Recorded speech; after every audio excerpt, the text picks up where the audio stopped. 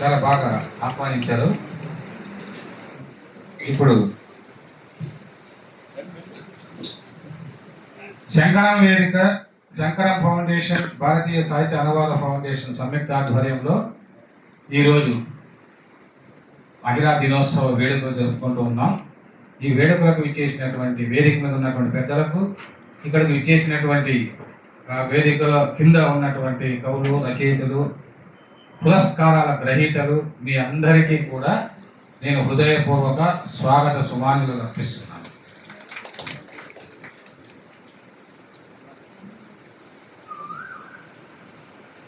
అన్నట్టుగా ఎక్కడైతే స్త్రీలు పూజింపబడతారో అక్కడ దేవతలు ఉంటారని చెప్పి పెద్దలు అన్నారు. మరి ఈరోజు మేము ఈ కార్యక్రమాన్ని ఏర్పాటు చేసి మరి అనేక ప్రాంతాల నుంచి వివిధ రంగాలలో నిష్ణాతులైనటువంటి వారందరికీ కూడా మరి పురస్కారాలు అందజేయాలి, వాళ్ళు గుర్తించాలి, గౌరవించాలి. ఎందుకంటే ప్రతి స్త్రీ నా దృష్టిలో అమ్మవారి స్వరూపంగా నేను భావిస్తూ ఉంటాను. ఎందుకంటే అనేక మంది మహిళలు ఈరోజు చాలా రంగాల్లో చాలా కృషి చేస్తూ ఉన్నారు. ముఖ్యంగా ఈ శంకరం వేదిక యలవర్తి రాజేంద్ర ప్రసాద్ గారు మరి మేము కలిసి చాలా కార్యక్రమాలు నిర్వహించాము. మరి ఆయన దివంగతులైన తర్వాత ఆయన ధర్మపత్ని యలవర్తి ధనలక్ష్మి గారు అధ్యక్షురాలుగా, నేను ఉపాధ్యక్షుడిగా ఈ శంకరం వేదికను నడుపుతూ ఉన్నాము. అదేవిధంగా నేను భారతీయ సాహిత్య అనువాద ఫౌండేషన్ ద్వారా అనేకమైనటువంటి కార్యక్రమాలు చేస్తూ ఉన్నాము. సంయుక్తంగా ఈ కార్యక్రమాన్ని నిర్వహించామని చెప్పేసి మీకు తెలియజేస్తూ, మరి ఈ కార్యక్రమం కరెక్ట్గా అనుకున్న టైంకు, ఎందుకంటే మేము ఏ కార్యక్రమం చేసినా మొట్టమొదట కవి సమ్మేళనం నిర్వహిస్తాము, రెండవది ఎవరి పుస్తకాలైనా సరే ఆవిష్కరించడము లేక సమీక్షా సమావేశం నిర్వహించడం, ఈ రెండు కార్యక్రమాలు. మూడవ కార్యక్రమం ఈ పురస్కారాలను అందజేయడం. ఈ మూడు కార్యక్రమాలు ప్రతి మీటింగ్లోనూ ఉంటాయి. మరి అట్లా ఇప్పటి వరకు 15,000 కార్యక్రమాలు నిర్వహించాం. ఎందుకంటే మేము చేసిన సిద్ధాంతం రెండు ఉన్నాయి. ఏంటంటే ఎవరి గురించి వాళ్ళు చెప్పుకోవాలి, ఎవరు ఇతరులు చెప్పరు. కాబట్టి మీరు కొంతమంది నాకు ఫోన్ చేసి మేము ఈ కార్యక్రమం చేసినా అలా గుర్తించి మీకు ఇవ్వడం జరిగింది. అదేవిధంగా ఇప్పుడు ఈ కార్యక్రమము ఇదంతా కూడా అమ్మవారి ఆశీస్సులతో చేస్తున్నాం. కాబట్టి ఇందులో సెలెక్షన్ చేసింది మేము కాదు, నేను ధనలక్ష్మి గారు కానే కాదు, అమ్మవారి మీ అందరినీ సెలెక్ట్ చేశారని, శ్రీమూర్తి స్వరూపాన్ని ఇది వాస్తవం చెప్పి. అందుకు ప్రత్యక్ష ఉదాహరణ ఏంటంటే ఇవాళ సాయంత్రం 5:30 మేడం గారు ఒక ఐపీఎస్ అధికారి, ఒక రాష్ట్రానికి డీజీపీ క్యాడర్లో పనిచేసినటువంటి వ్యక్తి, ఆమె ఫోన్ చేసి మీ కార్యక్రమానికి రావాలనుకుంటున్నాం సార్, మేము వస్తున్నామంటే నాకు చాలా సంతోషం వేసింది. అంటే ఏది ఆశించకుండా ఒక కార్యక్రమంలో నేను పాల్గొంటాను, మా చేతనైనంత అంటే సత్కరిస్తాం మేడం, మేము గౌరవిస్తాము, మీరు రావాలంటే మేడం గారు వచ్చారు, ఒకసారి ఆమె గురించి చెప్తారు. ఆమెను కూడా వేదిక మీద రావాల్సిందిగా నేను కోరుతున్నాను. శ్రీమతి ఎస్ఎం రత్నం గారు 1988 హయాంలో స్థాపించినటువంటి మొదటి పోలీస్ ఆఫీసర్ గా నియమించబడ్డారు. ఎన్నో కార్యక్రమాలు చేశారు. ఉమ్మడి ఆంధ్రప్రదేశ్ లో ఎస్పీగా వారు రిటైర్ అయ్యారు. వీరి సేవలను గుర్తించి ఎన్నో అవార్డులు, రివార్డులు చాలా చాలా అందుకున్నారు. వారిని ఘనంగా స్వాగతిస్తున్నాము. శంకరం వేదిక ఫౌండేషన్ మరియు భారతీయ సాహిత్య అనువాద సంస్థ ఫౌండేషన్ తరఫు నుంచి వేదిక మీదకి సాదరంగా సగౌరవంగా ఆహ్వానిస్తున్నాము. అలా మరి స్త్రీలను గౌరవించాలని మేము సంకల్పించాం. అంతే ఆ సంకల్పం ఇలా మీ రూపంలో కార్యరూపం దాల్చింది. ముఖ్యంగా మొట్టమొదట దీపారాధన చేసిన తర్వాత కార్యక్రమాన్ని కొనసాగిస్తాము. దీప ప్రజ్వలనం చేయాల్సిందిగా జ్యోతి ప్రజ్వలనము మన ఈనాటి ముఖ్య అతిథి గౌరవనీయులు టి రజనీ మేడం గారిని, తర్వాత వేదిక మీద ఉన్నటువంటి పెద్దలు జస్టిస్ చంద్రకుమార్ గారు, మిగిలిన పెద్దలను కోరుతున్నాను.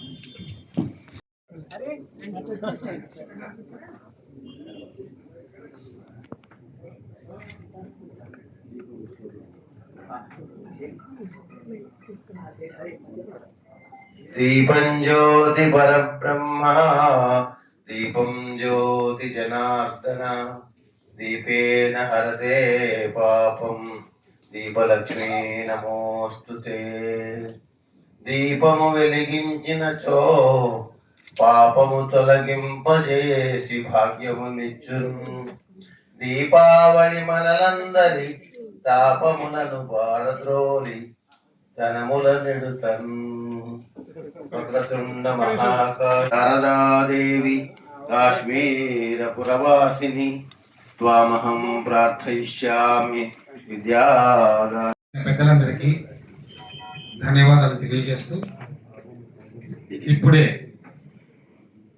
మాకు అంటే ముఖ్యంగా నాకు 22 ఏళ్ల వయసులో చదువు చెప్పి యూనివర్సిటీలో మొట్టమొదట నేను రాసిన చరమ గీతంలో స్త్రీ గురించి రాస్తే దానికి ముందు మాట రాసి స్త్రీల పైన రాసిన అత్యున్నత కవితగా ఆమె అభినందించినటువంటి మా ప్రొఫెసరు దేవకి మేడం గారు ఇప్పుడే వచ్చారు. వారు ఒక్కసారి వేదిక మీద రావాల్సిందిగా కోరుతున్నాను. ఎందుకంటే ఇది నాకు చాలా ఆనందాన్ని ఇచ్చేటువంటి విషయం అన్నమాట. మరి ఆ కవిత ఏమిటి కమామేషం ఏమిటని తర్వాత చెప్తా. ఇప్పుడు ప్రొఫెసర్ ఎం దేవకి గారిని వేదిక మీదకి సాధారణంగా సగౌరవంగా ఆహ్వానిస్తున్నాం. ఇలా అనుకోకుండా చాలా అద్భుతమైనటువంటి వ్యక్తుల కలయికతో ఈ కార్యక్రమం జరుగుతుంది.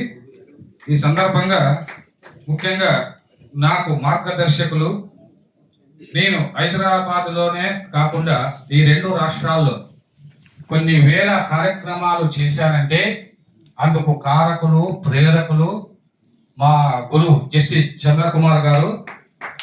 వారు నాకు సామాజికంగా ఆధ్యాత్మికంగా మార్గదర్శకులు. వారు రాసినటువంటి 4 పుస్తకాల పైన, ఎందుకంటే ఈ రోజు చాలా అద్భుతమైన రోజు కాబట్టి మరి సంక్షిప్త సమీక్ష సమావేశం కూడా ఏర్పాటు చేశాము. వారు రాసినటువంటి షిరిడి సాయి బాబా ఎవరు అనేటువంటి పుస్తకాన్ని జస్టిస్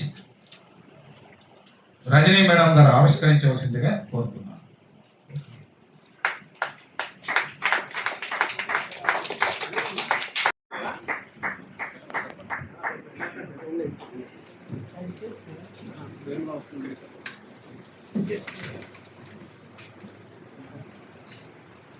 మేడం కొంచెం దగ్గర రండి, దగ్గర ముందర రండి సార్.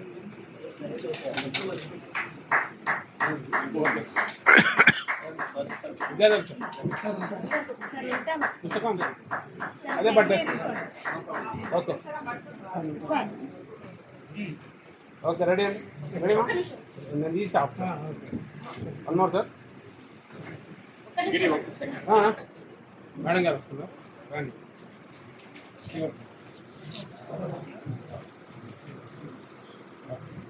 ఇస్మా మేడం దగ్గర రండి, అమ్మ దగ్గర రండి అమ్మా. ఓకే రెడీ మేడం, ఫోన్ పెట్టొద్దు ముందర చైర్లో. రెడీ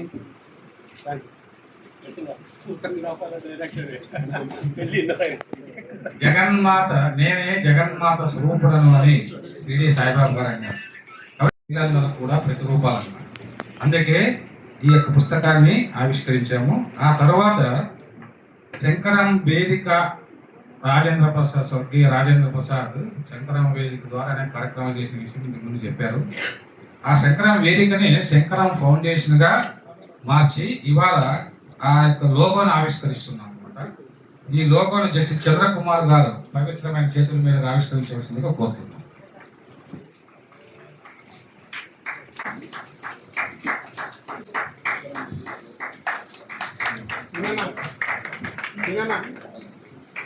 ఈ జ్యోతి కింద పెట్టేసారు,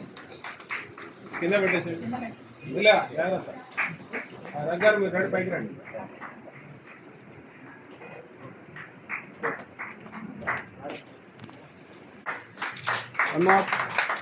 అందరి కరతాళ ధ్వనుల మధ్య మరింత శోభాయమానంగా ఆ లోగోను ఒక్క నిమిషం సార్, వీడియో తీసుకున్నాను. ఇప్పుడు తీసుకోండి మేడం.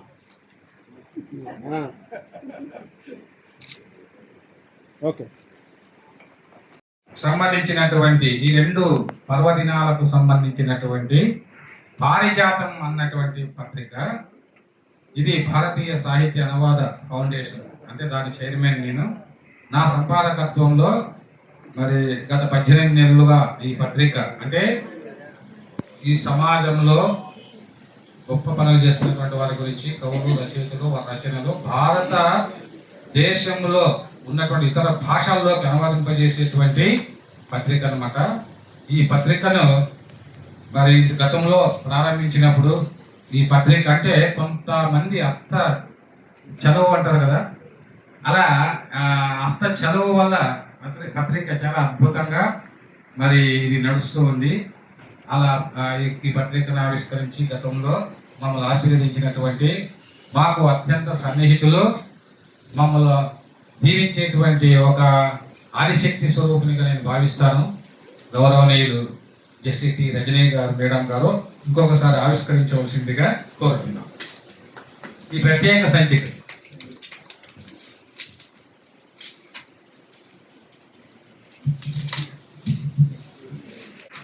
అమ్మ కొంచెం దగ్గర రండి. రెడీ రెడీమా?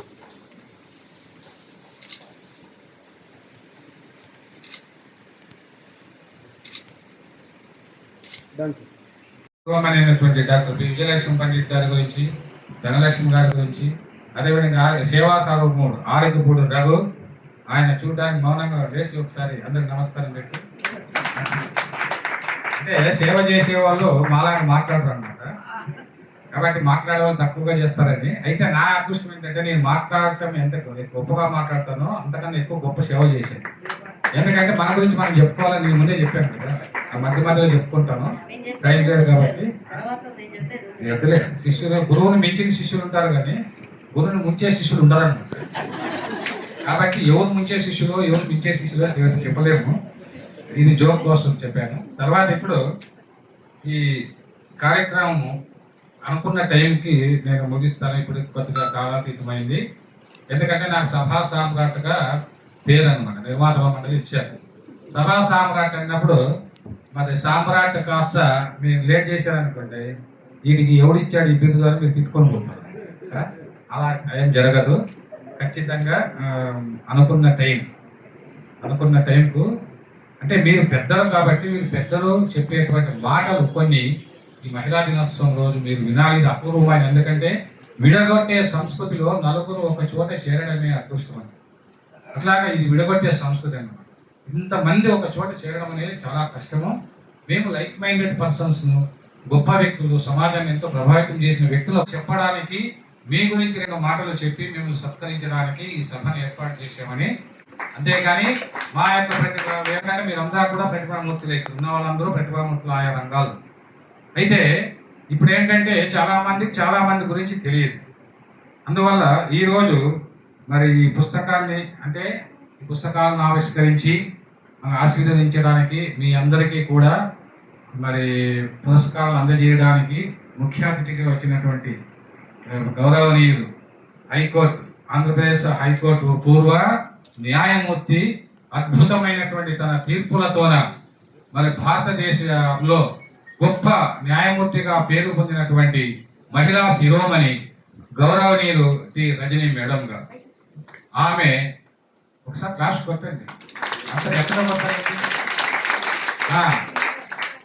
ఆమె ఎందుకు ఈ కార్యక్రమంలో ముఖ్య అతిథిగా ఆమెను ఆహ్వానించడం జరిగింది అంటే, దాదాపుగా ఒక దశాబ్ద కాలంగా మా కార్యక్రమాలు, అంటే నేను నవ్యాంధ్ర రచయితల సంఘం అధ్యక్షునిగా అనేక కార్యక్రమాలు విజయవాడలో చేశాము, ఇక్కడ చేశాము.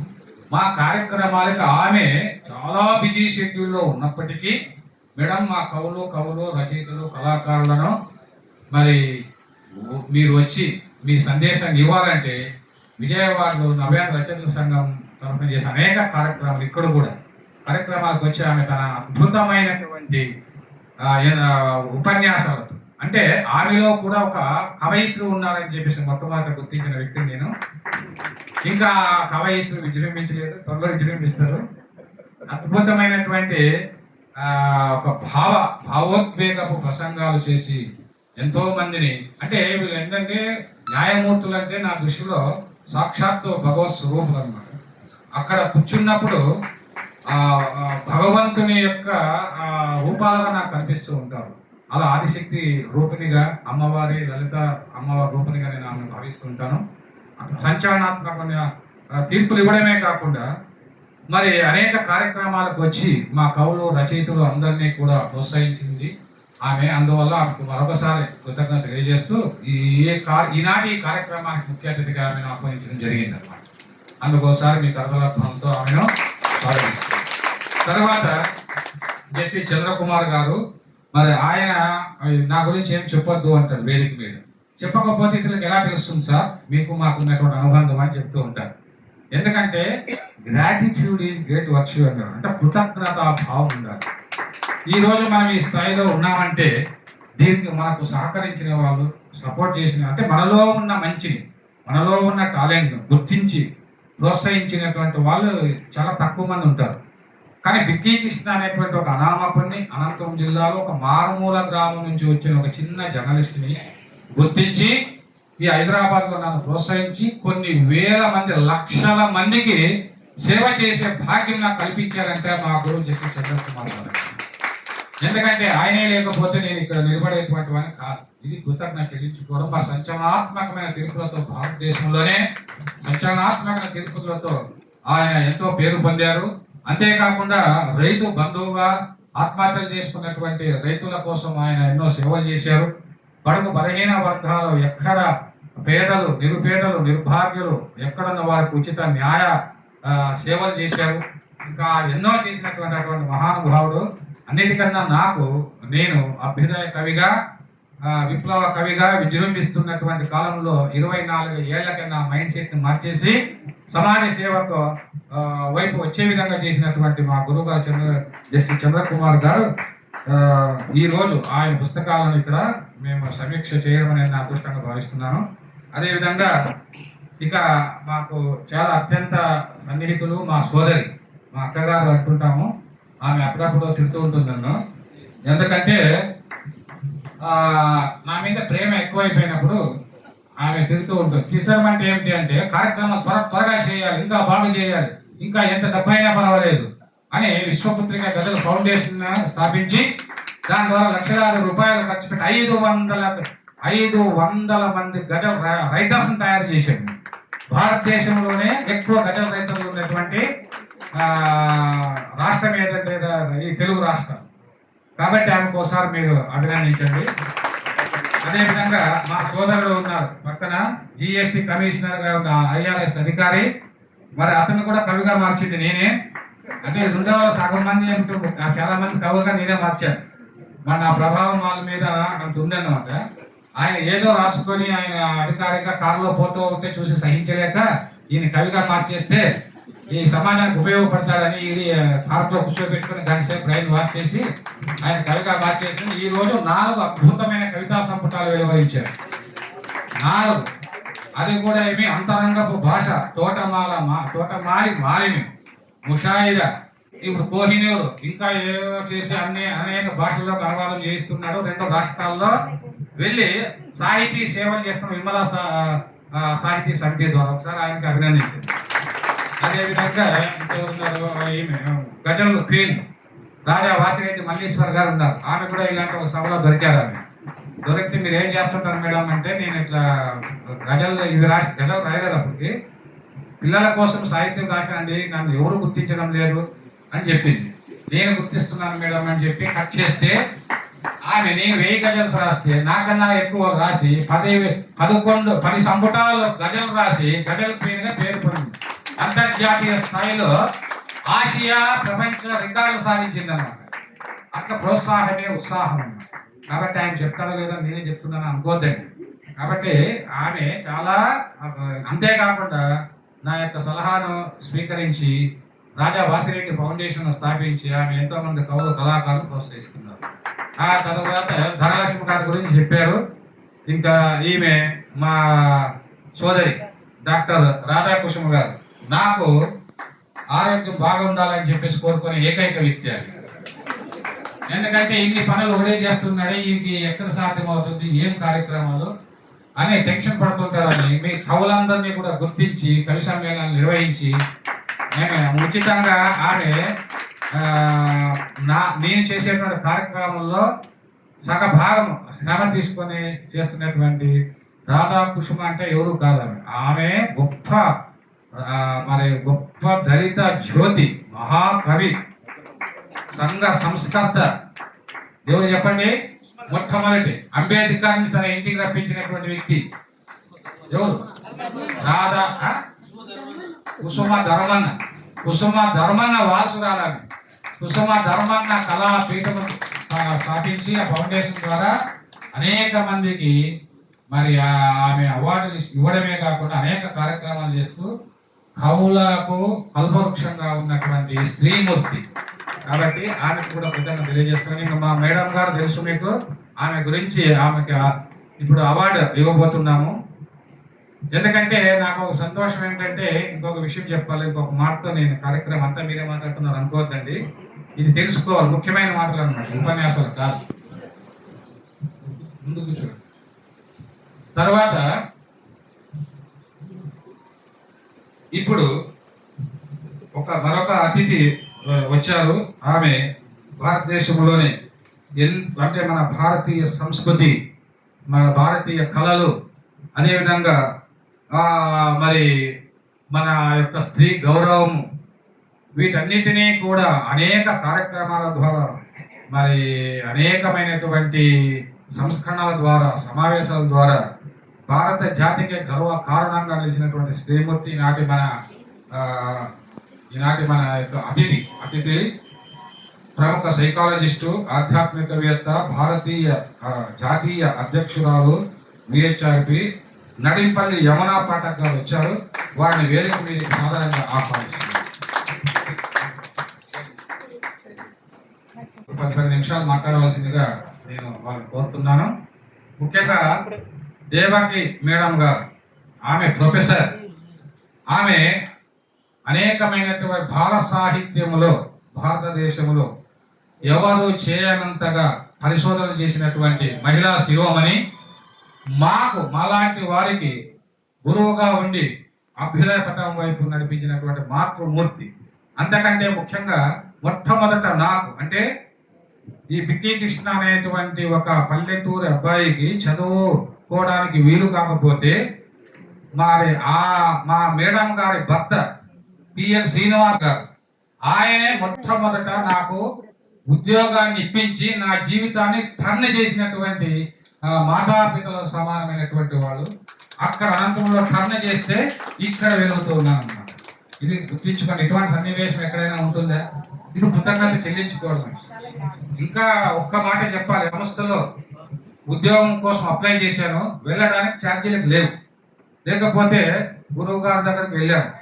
గురువు గారు అంటే, బాబు నేను రికమెండ్ చేస్తాను, వెళ్ళు. ఏమి వెళ్తావు సార్, నా దగ్గర ఛార్జీలు కూడా లేవని అంటే, లేవా ఉండు అని చెప్పి వేరే ఒక ప్రొఫెసర్ నరసింహులు రా అని ఆ నరసింహులు వస్తే జోలో చేయి పెట్టి డబ్బు తీసుకుని 200 రూపాయలు ఇచ్చి నువ్వు వెళ్ళిపోవాలి. చూడండి, అంటే కలుసుకోవాలి. వెళ్ళిన తర్వాత ఎవరైనా మామూలుగా ఒక మాట చెప్తారు, కానీ ఈయన 10 సార్లు ఆ సంస్థ కార్యదర్శికి ఫోన్ చేసి ఆ అబ్బాయికి తప్పకుండా ఇవ్వాలంటే, అది కాదు సార్, ఆయన అభ్యుదయ కవిత్వం రాశాడు, ఉన్నవాడు అంతా ఏదో భయంకరంగా రాశాడు సార్ అంటే, అతని భావావేశం అయ్యా, అతను చాలా మంచివాడు, మీ సంస్థకు మంచి పేరు వస్తుంది అని చెప్పాడు. కట్ చేస్తే నేను రాసిన ఒక పాటకు 16 కోట్లు వచ్చాయి ఆ సంస్థకి. అట్లా నా జీవితం మలుపు తిప్పినటువంటి వాళ్ళు. ఆయన ఇక్కడికి సన్మానం చేశాను. ఎందుకంటే ఈ కృతజ్ఞతాభావం చెల్లించుకోవడం ఈ సభ ఉద్దేశం అని తెలియజేస్తూ, ఇప్పుడు ఈ కార్యక్రమంలో ఇది ఎంత గొప్ప కార్యక్రమం మీరు ఇప్పటికే ఊహించి ఉంటారు. ఈ కార్యక్రమంలో ఇప్పుడు సంక్షిప్త సుందర సందేశం ఇవ్వవలసిందిగా మొట్టమొదట పుస్తకం పైన కాపాటే డైరీ అని ఎస్టి చంద్రకుమార్ గారు రాసిన కాపాటే డైరీ మీద పోగంటి ఉషారాణి గారు వారు వచ్చి తన యొక్క సందేశాన్ని సంక్షిప్త సుందర సందేశం 5 నిమిషాలు, టైం కూడా తగ్గిస్తుంది. 5 నిమిషాలు అంటే 10 నిమిషాలు మాట్లాడుతున్నారు అది మామూలుగా. మాట్లాడారు. ఎందుకంటే లెక్చర్కి వేదిక మీద లెక్చర్కి అవకాశం ఇవ్వకూడదని ఒక సామెత. ఎందుకంటే 45 మినిట్స్ అయ్యేంత వరకు వాళ్ళు ఆపరు అనమాట, అలవాటు ఉంటుంది. కాబట్టి వేదిక మీద తక్కువగా మాట్లాడేవాళ్ళు మేధావులు అన్నారు. కాబట్టి ఇది దృష్టిలో ఉంచుకొని అయితే ఆమె చెప్పిన దాంట్లో ఏదో కోట్లు ఇచ్చేసినారంట. అది ఏంటో ఏమో 40 ఏళ్ళుగా నేను పూజిస్తున్నాను, నాకు కోట్లు కాదు కదా, కనీసం నోట్లు కూడా ఇవ్వడం లేదు. ఆ షిరిడి సాయిబాబా ఉచిత సేవ చేయిస్తున్నారు. సరే గురుగారు, ఒక్క 2 నిమిషాలు నాకు సమయం ఇవ్వండి. లేదు మధ్యలో మా గురువు గారి నుంచి నేను చెప్పుకోవాలండి. నా గురించి వద్దమ్మా, నా గురించి ఎందుకంటే నేను మధ్యలో నేనే చెప్పుకుంటానులే. ఓకే, ఏం పర్వాలేదు. ఇప్పుడు ఎందుకంటే టైం లేదు కాబట్టి. ఇక వక్తలు ఎక్కువ మంది ఉన్నారు, వాళ్ళు సంక్షిప్త సుందరంగా శుభాకాంక్షలు మాత్రం అందజేయవలసిందిగా వారికి విజ్ఞప్తి చేస్తూ, ఎందుకంటే వాళ్ళ గురించి 2 మాటలు నేను చెప్పి పరిచయం చేస్తున్నాను కాబట్టి వాళ్ళు మహిళలకు శుభాకాంక్షలు మధ్యలో అందజేయాలి. ఇప్పుడు next speaker doctor Nadipalli Yamuna Pathak గారు, మేడం గారు. ఒకసారి కర్తల ధ్వనితాన్ని ఆహ్వానించండి. ఆమె చూస్తే నాకు చాలా ఆశ్చర్యం వేస్తుంది, ఎందుకంటే సమకాలీన భారత సమాజంలో విశిష్ట స్థానాన్ని సంపాదించుకున్న ప్రజా ప్రముఖురాలు, దూరదృష్టి కలిగిన సామాజిక రాజకీయ ఆలోచన నాయకురాలు మరియు సేవామూర్తి, సమాజ నిర్మాణం, మహిళా సాధికారత, ఆధ్యాత్మిక చైతన్యం మరియు మానవతా విలువల పరిరక్షణలో ఆమె చేస్తున్న నిరంతర సేవలు దేశీయ అంతర్జాతీయ స్థాయిలో ప్రశంసలు అందుకున్నాయి. ప్రేరణాత్మక వక్తగా, మెంటర్గా, మనోవిజ్ఞాన నిపుణురాలిగా, దేవాలయ పునరుద్ధరణ ఉద్యమకారినిగా, ఆధ్యాత్మికవేత్తగా మరియు పారిశ్రామికవేత్తగా బహుముఖ ప్రజ్ఞతో సమాజంలో సానుకూల మార్పుకు ఆమె అంకితభావంతో కృషి చేస్తున్నారు. ఒకసారి కర్తవ్యంతో ఆహ్వానిద్దాము. ఆమె ఇంకొక విషయం ఏంటంటే, ఆమె అంతర్జాతీయ సంస్థలు, నేను పనిచేసినటువంటి సంస్థల్లో ముఖ్యంగా UNDP మహిళా స్వయం శక్తి సంఘాలు తెలుసు కదా మీకు, వాటిని మొట్టమొదటి అనంతపురం జిల్లాలో ప్రారంభించిన వ్యక్తుల్లో నేను కూడా ఒకరిని. రాసుకుంటండి, ఏమనుకుంటున్నాను, లక్షలాది మహిళలను చైతన్యవంతం చేశాం. అటువంటి సంస్థలో పనిచేసినటువంటి మహిళా శిరోమణి UNDP, UNIDO, అదేవిధంగా UN ఉమెన్ తో పాటు వరల్డ్ బ్యాంక్ మరియు ఆసియన్ డెవలప్మెంట్ బ్యాంక్ కార్యక్రమాల్లో భాగమై అంతర్జాతీయ సంస్థలు, ఫండింగ్ ఏజెన్సీల ద్వారా ఎన్నో సంస్థలకు డబ్బు ముఖ్యం కదండి, మరి ఫైనాన్షియల్ సపోర్ట్ చేసి సమాజ సేవ చేయిస్తున్నటువంటి ఒక మహిళా శిరో రత్నము. ఆమె గురించి ఎంతైనా చెప్పొచ్చు, కానీ ఒకే ఒక మాట చెప్పి, ఎందుకంటే సైకాలజీలో పట్టభద్రాలైనటువంటి ఆమె సోషల్ వర్క్ లో కూడా మాస్టర్ డిగ్రీ చేశారు. డిస్టింక్షన్ లో పాస్ అయ్యారు. అంతకన్నా ముఖ్యంగా జెరాంటాలజీ విభాగంలో పరిశోధకురాలుగా వృద్ధుల సంక్షేమం కోసం మరియు సామాజిక ఆరోగ్య అంశాలపై అధ్యయనాలు కొనసాగిస్తున్నారు. కాబట్టి ఆమెను అభినందిస్తూ మీకు శుభాకాంక్షలు 2 నిమిషాల్లో అందజేయాలని కోరుతున్నాను. ముఖ్యంగా చంద్రకుమార్ గారికి, అలాగే సభాధ్యక్షుడు ధనలక్ష్మి గారికి, అలాగే ఏం చేసి ముఖ్య అతిథులందరికీ కూడా నమస్తులు. ఇది ఇంత చక్కటి కార్యక్రమంలో నేను పాల్గొన్నాను. అలాగే చంద్రకుమార్ గారు రాసిన, అనువాదం చేసిన ఒక చక్కటి పుస్తకానికి 4 బుక్కలు చెప్పే అదృష్టము కలగటం కూడా నేను చాలా గర్వంగా ఫీల్ అవుతున్నాను. ముఖ్యంగా నేను ఒక గురువునే, అలాగే ఒక మహాగురువు గురించి మాట్లాడే అవకాశం రావటం కూడా నాకు చాలా సంతోషం. మన ఆధ్యాత్మికతని పెంచుకుంటూ వచ్చారు. మనకి ఏ మతం అనేది కాదు, ఇది మతానికి అతీతమైనదే ఆధ్యాత్మికత. అన్ని మతాల్లోనూ సారం ఉంటుంది. ఆ సారాన్ని వెలికి తీసి శిష్యులకి ఏది అవసరమో అది చెప్పి వాళ్ళని పైకి తీసుకురావటమే అసలైన ఆధ్యాత్మికత అని నాకు అర్థమైంది. మన చుట్టూతో ఎంతోమంది గురువులు ఉంటారు, పేర్లు అక్కర్లేదు. సభాయ నమః. ఈరోజు అంతర్జాతీయ మహిళా దినోత్సవం పురస్కరించుకొని నన్ను ఆత్మీయంగా ఆహ్వానించిన సభా సామ్రాట్ కళారత్న డాక్టర్ బికి కృష్ణ గారికి, అలాగే శంకరం ఫౌండేషన్ అధ్యక్షురాలు శ్రీమతి యలవర్తి ధనలక్ష్మి గారికి, అలాగే పేరు పేరున ఇక్కడ ఆశీలైన పెద్దలు, ఉద్దండులు, మరి మన బంధువులందరికీ కూడా, ఇక్కడ అక్కడ ఉన్న వాళ్ళందరికీ కూడా నమస్తమాంజలి. మరి చాలా సంక్షిప్తంగా మాట్లాడమని చెప్తున్నారు కాబట్టి ఎక్కువ సమయం లేదు. కాబట్టి అంతర్జాతీయ మహిళా దినోత్సవం మరి మన దేశంలో పుట్టింది కాదు, మరి అంతర్జాతీయంగా ఒక ఉద్యమ నేపథ్యంలోనే మనం ఈ యొక్క ఉద్యమం మనకి కనబడుతుంది. బట్ ఇక్కడ నేనిచ్చే ఒక్కటే ఒక చిన్న సందేశం ఏంటంటేనండి, చాలా మంది కూడా మహిళా సాధికారత గురించి భారతీయులు కూడా మాట్లాడడం అనేది నేను అంగీకరించని విషయం. ఎందుకంటే as Bharat we are already an empowered nation. As Bharat ఇక్కడున్న భారతీయురాలు మన భారతీయులందరం కూడా ఎన్నో యుగాల నుంచి we are empowered as citizens of Bharat. ముందు అని మనం తెలుసుకుందాం. 200 సంవత్సరాల కొలోనియల్ రూల్లో భారతదేశ చరిత్ర, ఇతిహాసాలు, దానికి సంబంధించిన అనేక విషయాలు కూడా పూర్తిగా భూస్థాపితమైన వేళ ఈ రోజు వాటన్నిటిని కూడా వెలికి తీసే ప్రయత్నం జరుగుతుంది మిత్రులారా. మరి ఈ రోజు సంక్షిప్తంగా నేను చెప్పాలనుకుంటే మన డిఎన్ఏలో ఒక చిన్న ఉదాహరణ చెప్తాను. ఆంజనేయ స్వామి వారికట వారి యొక్క బలం తెలియదట.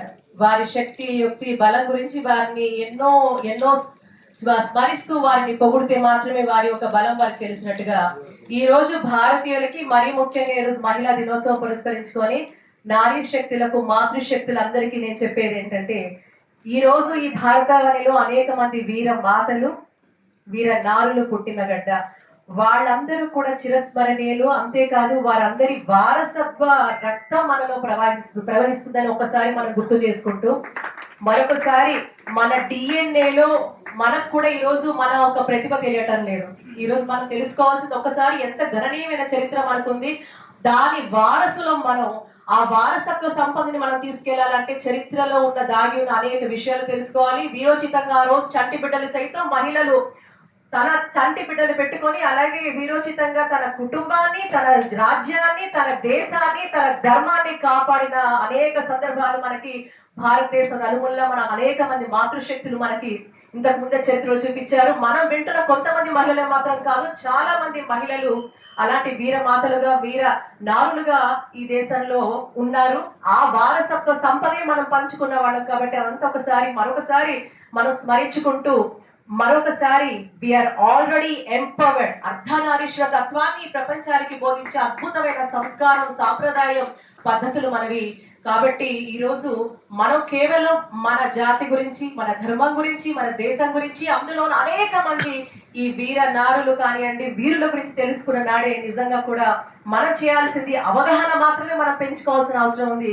కాబట్టి let us believe that we are empowered as a nation, as Bharat. At the same time మనమందరం కూడా ఎంపవర్డ్ ఉమెన్ వారసులం మనం అని ఒకసారి గుర్తు చేసుకొని మరొకసారి మీ అందరికీ కూడా మహిళా దినోత్సవ శుభాకాంక్షలు. ఆదిశక్తి వారసులం ఎంత అద్భుతంగా మాట్లాడారంటే అది గొప్ప వాళ్ళ యొక్క లక్షణం. మరి ఆల్రెడీగా ఎంపవర్ మీరు ఆల్రెడీ శక్తి ఉంది, వారసులు చాలా గొప్ప వాళ్ళు ఉన్నారని చాలా అద్భుతంగా మాట్లాడినందుకు కృతజ్ఞతలు తెలియజేస్తూ, మిగిలిన వక్తలు కూడా 2 నిమిషాలు సందేశం ఇవ్వాలని. అంతకుముందు రాధాకుసుమ గారు మరి జస్టిస్ చంద్రకుమార్ గారు రాసినటువంటి మరో పుస్తకాన్ని పైన 2 నిమిషాలు సారాంశం మాత్రం చెప్పి ముగించాలని చెప్పేసి కోరుతున్నాను. లేదు ఆమె రాసుకుని వచ్చింది చక్క చదివేయమని మనవి చేస్తున్నాం.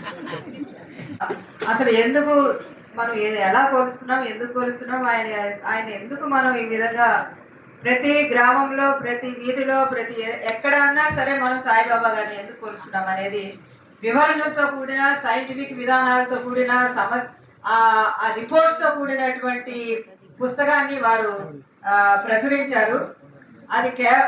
అది మానవ సేవయే మానవ సేవగా ఎంచిన మహిమాన్వ సభలో ఉన్నటువంటి సభ్యులందరికీ కూడా నమస్కారం.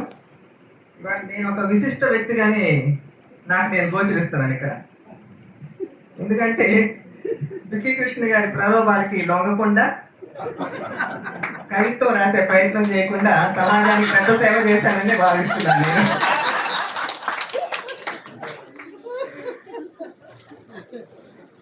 వారు చెప్పింది నిజమే. రాస్తే కనుక మేబీ తొంగి చూస్తారేమో. వారు మరి ఏం చూసారో నాలో కవిత్వానికి సరిపోయే అంశాలు, కానీ మాకు వచ్చినప్పుడంతా చాలా ప్రోత్సహించడానికి ప్రయత్నిస్తూ ఉంటారు. ఎక్కడైనా వదులుతారేమో నాకు ఈ క్షోభ నుంచి, దీని నుంచి అని చూస్తున్నా. ఎందుకంటే ఈ సభలకు గురించి అనర్గళంగా, అనంతంగా మాట్లాడే సభికుల్ని ఉద్దేశించి మాట్లాడమని పిలిస్తే కవిగా లేకపోయినా కొంచెం మాట్లాడగలనే నమ్మకం నాకు ఉండేది. అది కూడా పోగొట్టే పరిస్థితి.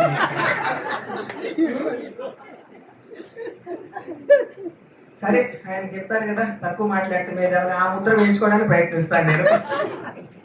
కనీసం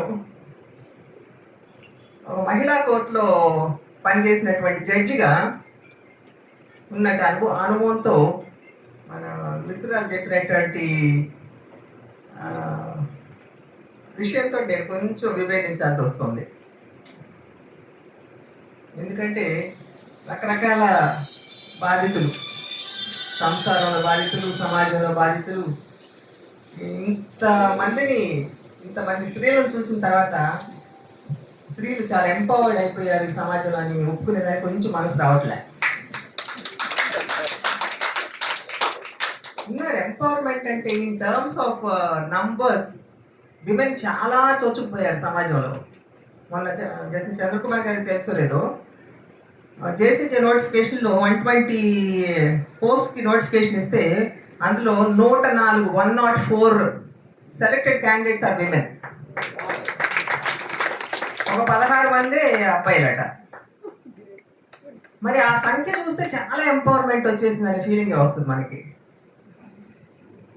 మరి ఇంతమంది కవిత్రులు ఉన్నారు ఇక్కడ. మరి వీరి కవిత్వంతో సమాజం, మరి శ్రీశ్రీ లాంటి వాళ్ళని చూసి సమాజం ఎంతో మార్పు చెందుతుందనేటటువంటి ఒక నమ్మకంతో ఉన్నటువంటి వాళ్ళు మేము. మరి ఇంతమంది కవిత్రుల ప్రభావం సమాజం మీద పడవలసిన రీతిలో పడుంటే ఇవాళ సమాజం స్వరూపం చాలా మార్పు వచ్చేది. కానీ పెద్ద మార్పు లేనటువంటి స్వరూపం ఇంకా మనకు కనిపిస్తూనే ఉంది. ఎక్కడ మరి లోపం జరుగుతోంది? ఎవరి దృష్టికోణం? సమాజం దృష్టికోణం కాదు. సమాజం పట్ల మన ఎంపవర్డ్ స్త్రీల యొక్క దృష్టికోణం అనేది, తోటి స్త్రీల పట్ల ఉండాల్సినటువంటి దృష్టికోణం అనేది.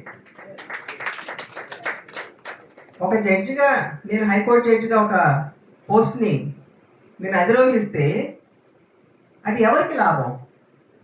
ఒక స్త్రీ హైకోర్టు జడ్జి అయింది, చాలా ఎంపవర్మెంట్ వచ్చేసింది సమాజంలో, ఎంతోమంది హైకోర్టు జడ్జెస్ ఆడవాళ్ళు అయిపోతున్నారు అనగానే ఎంపవర్మెంట్ వస్తే ఆ సంఖ్యలే చాలు మనకి. నాకు ఒక దృక్పథం లేకుండా, స్త్రీల సమస్యల పట్ల ఒక అవగాహన లేకుండా నా ముందుకు వచ్చినటువంటి కేసుల్ని నాకున్న చిన్న తెలివితేటలతోటి పరిష్కరించుకుంటూ పోతే అది విమెన్కి ఏమాత్రం ఉపయోగపడేటటువంటి స్థాయిగా మిగలదు. అలా ఎన్ని లక్షల మంది, ఎన్ని కోట్ల మంది వచ్చినా కూడా సమాజానికి జరిగే ఉపయోగం తక్కువ. కనుక ఇవాళ ఈ సందర్భంగా ఒకే ఒక విషయం, కవిత్రులుగా, కవులుగా మీరు ప్రభావం చూపించగలిగేటటువంటి సమాజం మన ముందుంది. ఆ సమాజం మీద మీరు అద్భుతమైనటువంటి ప్రభావం చూపించగలరు. అందుకని మీరు అవలంబించుకునేటటువంటి దృక్పథం అనేది చాలా మౌలికమైనటువంటి విషయం. మనకు తెలుసు, మన రాజ్యాంగంలో ఒక సైంటిఫిక్ టెంపర్ని ప్రమోట్ చేయాలి, అది బాధ్యత, రాజ్యం యొక్క బాధ్యత. ఇవాళ మనం ఆ సైంటిఫిక్ టెంపర్ అనేది మనం మాట స్పష్టంగా పెరాలసిస్ కారణంగా, అందుకని ఒకే ఒక్క మాట. అందరికీ ముందుగా మహిళా దినోత్సవ శుభాకాంక్షలు. నాకు తిరిగి అవకాశం ఇస్తే మా అమ్మ ఒడిలో పడుకొని పండు వెన్నెల్లో నిండు జాబిలిని చూస్తూ ఆమె చెప్పే కథలను వినాలని ఉంది అన్నాడు ఒక విజ్ఞానవేత్త, పెద్ద సైంటిస్టు. అంటే తాను ఇంకా తెలుసుకోవాల్సిన అంశమేదో మిగిలిపోయిందని, దానికి ప్రాతిపదిక అమ్మే కాబట్టి చిన్నప్పటి నుంచి విద్యాబుద్ధులు అన్ని గురువులు ఉన్నా కూడా తల్లే మొదటి గురువు. మనం ఎంత చెప్పుకున్నా, ఎటు చూసినా ఎందరో మహిళలు మనస్సు కదిలిస్తే ఎన్నో బాదామే గాథలు, వాళ్ళు తెరిచిన పుస్తకంలో ఎన్నో బాదామే గాథలు అని అన్నారు. అందరికీ తెలిసిందే ఎన్ని సమస్యలు ఉండేవో, ఎన్ని కష్టాలు అనుభవించినారో. పురుషులతో సమానమైనటువంటి అందరికీ చేరువ చేశారు. ప్రేరణాత్మక మార్గదర్శకానికి అనేక మందికి పారాయణ వర్గంలో నడిపించి ఆధ్యాత్మిక క్రమశిక్షణను అలవర్చే సేవ చేస్తున్నారు. దైవ సేవ, భక్తి కరతాళధ్వనులతో అభినందించండి. ఓకే ఓకేనా. తొలిసారిగా లైవ్ మ్యూజిక్ లో గజల్ గానం వంటివి ఎన్నో సన్మానాలు అందుకున్నారు. తదుపరి సన్మాన గ్రహీత డాక్టర్ టి సుభాషిణి, న్యాయ సేవ నుంచి.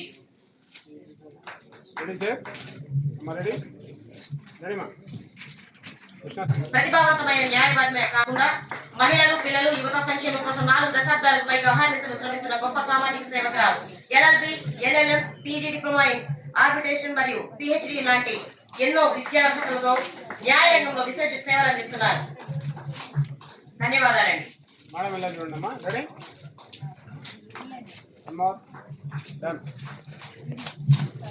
తదుపరి సన్మాన గ్రహీత శ్రీమతి సన్నిధానం లక్ష్మీ విశ్వనాథ్ గారు, ఆధ్యాత్మిక సేవా రంగం నుంచి ఆమెను సన్మానించుకుంటున్నాము. శ్రీమతి సన్నిధానం లక్ష్మీ విశ్వనాథ్ గారు ఆధ్యాత్మికవేత్త, తల్లిదండ్రుల నుంచి తొలి గురువులుగా పన్నాల లక్ష్మీనారాయణ శాస్త్రి గారు, ప్రముఖ స్వాతంత్ర సమరయోధులు. వారి మనవరాలిగా చిన్నతనం నుంచి ఆధ్యాత్మిక చింతన ఎక్కువ అని చెప్పొచ్చు. 1996లో విశ్వనాథ శర్మ గారితో వివాహం జరిగింది. అటు పుట్టింటి వారు, ఇటు పండితులు, ఇటు అత్తింటి వారు కూడా వారి తాతగారు సన్నిధానం లక్ష్మీనారాయణమూర్తి గారి అవధానంలో వారు రాష్ట్రపతి అవార్డు గ్రహీత శంకర్ దయాళ శర్మ గారి చేతుల మీదుగా అందుకున్నవారు. ప్రధాని శ్రీమతి ఇందిరాగాంధీ వారి నుంచి అందుకున్నారు. వారి పూర్వీకులు కట్టించిన దేవాలయం దాదాపు 500 సంవత్సరాలకు పైగా ఉన్నటువంటి దేవాలయాన్ని సంరక్షిస్తూ వస్తున్నారు వారి కుటుంబ సభ్యులందరూ.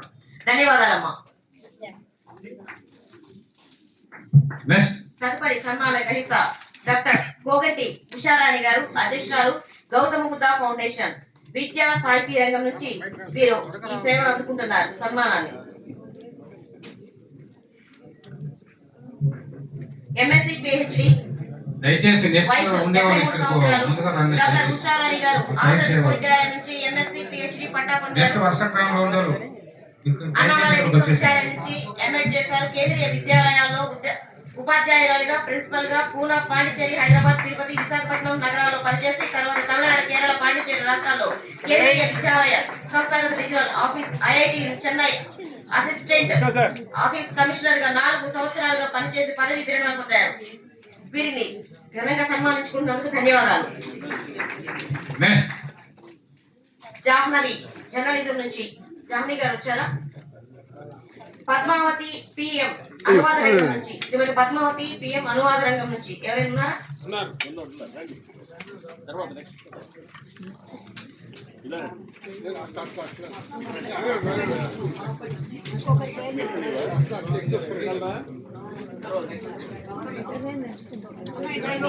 పేరు అడేకే గారు.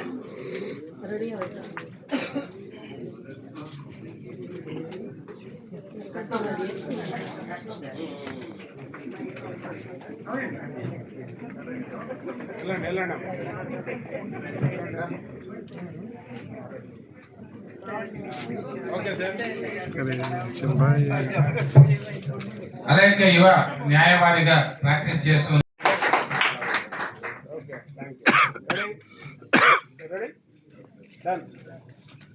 పోలీస్ డిపార్ట్మెంట్ లో చేరినటువంటి వ్యక్తినండి నేను.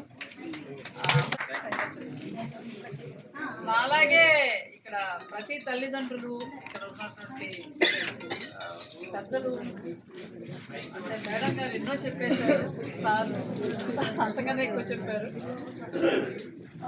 చాలా ఉన్నాయండి లేడీస్ సంఘానికి. అందులో ముఖ్యంగా లేడీస్కి ఒక దెబ్బ కొడితే పూర్వకాలం గమ్మను ఉండేవాళ్ళు ఆడవాళ్ళు. అది మనకి సంస్కృతి సాంప్రదాయం అని చెప్పేవాళ్ళు. కానీ అది తప్పని నేను కూడా చెప్తున్నాను. దెబ్బ కొట్టినప్పుడు ఎందుకు కొట్టావు అని ప్రశ్నించాలి, వాళ్ళు నిలబెట్టాలి. అది చూసి మన పిల్లలు కూడా నేర్చుకుంటారు. మా అమ్మని మా నాన్న కొట్టాడు, మా తాతని మా అమ్మమ్మని మా తాత కొట్టాడు, ఇప్పుడు నేను కూడా కొట్టాను రాబోయే సాధించారు. ఆమెను ఈరోజు గుర్తించి గౌరవిస్తున్నాము. మహిళా లెజెండరీ జాతీయ పురస్కారం. మేడం ఇలా జరగండి, ఇలా రండి అమ్మా. Excuse me madam. తర్వాత డాక్టర్ శోభారాణి విద్యారంగం.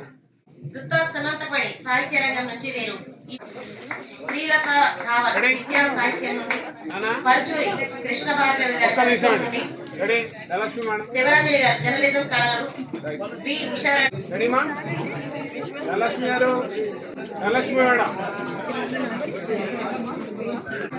పరుచూరి కృష్ణ భార్గవి వైద్య సేవా కవిత్వం ఉషారాణి విద్యా లైవ్ ఉంది బాబు బాబు నువ్వెవరు లైవ్ కట్టుకున్నావు అందరూ లైవ్ కట్టు ఉన్నారండి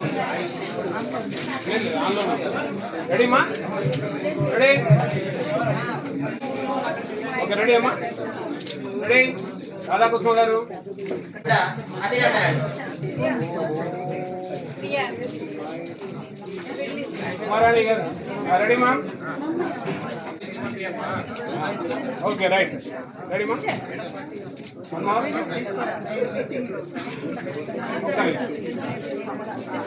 లైవ్ కట్టు ఉన్నట్టండి ఫోటో వీడియో తీసుకుని లైవ్ తీసుకోండి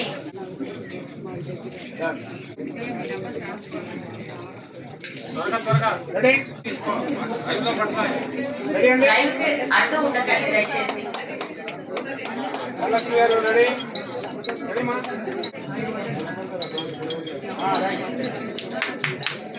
ఓకే రెడీ సార్ రెడీమా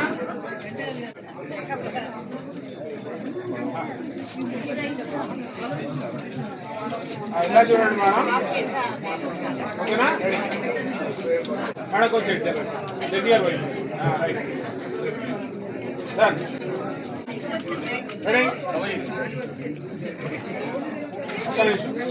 ఒక్క నిమిషం సార్ ఇలా చూడాలి మేడం ఆయన సభను నిర్వహించడం జరిగింది. ఏర్పాటు చేయడానికి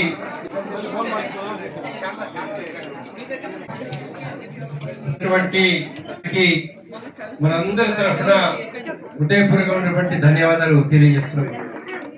ఎందుకంటే ప్రోత్సహించే వాళ్ళు కావాలా, నడిపే వాళ్ళు కావాలా, చేసే వాళ్ళు చాలా మంది ఉంటారు, బిక్కి కృష్ణ లాంటి వాళ్ళు. కానీ దానికి వెనకాల సపోర్ట్ చేసేటటువంటి వాళ్ళు కావాలా. అటువంటి సపోర్ట్ చేస్తున్నందుకు ఆమెను నేను హృదయపూర్వకంగా అభినందిస్తున్నాను. అసలు ఎంత మంచి సమావేశం అంటే, ఒక జడ్జి ఉన్నారు, ఒక పోలీస్ ఆఫీసర్ ఉన్నారు, ఒక కవులు ఉన్నారు, ఒక ప్రొఫెసర్ ఉన్నారు స్టేజ్ మీద. ఎన్ని రకాలైనటువంటి వాళ్ళు మనకు మహిళల నుంచి కూడా మనం చూస్తే కనబడుతున్నది సభ లోపల. అంటే చాలా ఆనందంగా, చాలా సంతోషంగా ఉన్నారు. అయితే ముఖ్యంగా మీరందరూ కూడా గమనించాల్సినటువంటి విషయం ఏంటంటే, 2 వర్షన్స్ ఇక్కడ సమావేశం లోపల మనకు వచ్చినాయి. దయచేసి కూర్చోవలసింది మనవి. అందరూ ఒక్క నిమిషం కూర్చోండి, ఒక్క నిమిషం కూర్చోండి. ఇప్పుడు ఎలా వచ్చింది రజనీ గారు చెప్పారు. మహిళలకు చదువుకునే అవకాశం లేని రోజుల్లో కూడా మనం గుర్తుపెట్టుకోవాల్సింది సావిత్రిబాయి పూలేను. అన్ని కులాల వాళ్లకు ఆమె చదువు చెప్పడం కోసం ముందుకు వస్తే, అసలు మీరు చదువు చెప్పడానికి వీల్లేదు మహిళలకు అని చెప్పేసి ఆమెను కూడా నిర్బంధించినటువంటి సమాజం మనం. మరి మహిళలకు సమానత్వం ఉందా లేదా? కొడుకు ఆస్తిలో ఎంత హక్కు ఉందో ఆడపిల్లకు కూడా ఆస్తిలో హక్కు ఉండాలా ఉండవద్దా అనే సమస్య వచ్చింది. ఫస్ట్ టైం మహిళలకు కూడా ఆస్తిలో హక్కు ఉండాలా అని గొంతెత్తి చెప్పినటువంటిది బాబాసాహెబ్ అంబేద్కర్. అంబేద్కర్ అప్పుడు న్యాయశాఖ మంత్రి ఉన్నాడు.